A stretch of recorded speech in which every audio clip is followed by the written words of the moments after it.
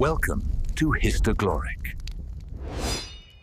The Battle of CRECY, fought on August 26, 1346, was one of the defining clashes of the Hundred Years' War, a moment when new tactics and weapons reshaped medieval warfare. King Edward III of England, leading about 12,000 men, chose a strong defensive position on a hill between the villages of CRECY and Wadicourt. He divided his army into three battles, or divisions. The right flank commanded by the 16-year-old Prince of Wales, supported by veteran lords like the Earl of Warwick, the left flank under the Earls of Northampton and Arundel, and a reserve held back under Edward himself. The English force relied heavily on archers, over 6,000 longbowmen, supported by dismounted knights and spearmen. Stakes and pits were dug into the hillside, and Edward made the bold tactical decision to have his knights fight on foot, ensuring his men-at-arms would not abandon the archers when the charge came. By late afternoon, the French King Philip the Sitting arrived with a far larger force, tens of thousands of men, led by heavily armored knights and mercenary Genoese crossbowmen. Exhausted after a long march in the heat, Philip's men were not ready for battle, but many of his nobles were eager to attack. Around 5 p.m., the Genoese were ordered forward. Lacking their shields and hampered by damp bowstrings after a brief rain, their bolts fell short. The English longbowmen answered with a devastating storm of arrows, firing 2 or 3 times faster than the crossbowmen could reload. The Genoese broke and fled, only to be trampled by the charging French cavalry behind them.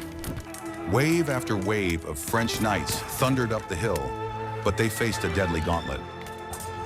Arrows struck horses and riders alike, breaking the charge before it could reach the English line. The surviving horsemen crashed into rows of stakes and then into the solid ranks of English infantry, where they were cut down in brutal hand-to-hand fighting. Among the fallen was Philip's own brother, the Earl of Alençon.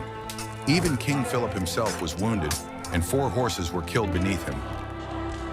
The most famous charge came from John of Bohemia, the blind king, who ordered himself tied to his knights so he could ride into battle shouting his war cry of Prague. His courage was legendary, but it was also futile. He and his companions were cut down, and their deaths became a symbol of the old chivalric world collapsing before modern tactics. At one point, the young Prince of Wales, the future Black Prince, was thrown to the ground in the melee. When Edward III was asked if reinforcements should be sent, he calmly replied, "Let the boy win his spurs." The prince rallied, fought on bravely, and earned his first taste of glory.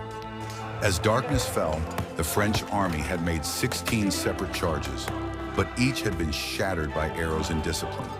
The battlefield was chaos, dead knights, broken banners, and thousands of fallen horses. Philip VI, wounded and despairing, was forced to abandon the field. The French lost perhaps 1,500 knights, 300 crossbowmen, and a staggering number of nobles, including counts, dukes, and the King of Bohemia himself. By contrast, English losses were minimal, perhaps a few hundred men.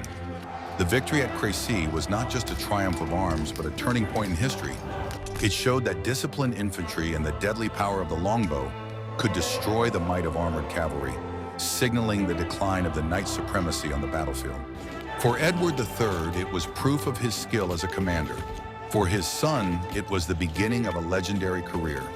And for France, CRECY was a bitter reminder that courage and numbers alone could not overcome new ways of war.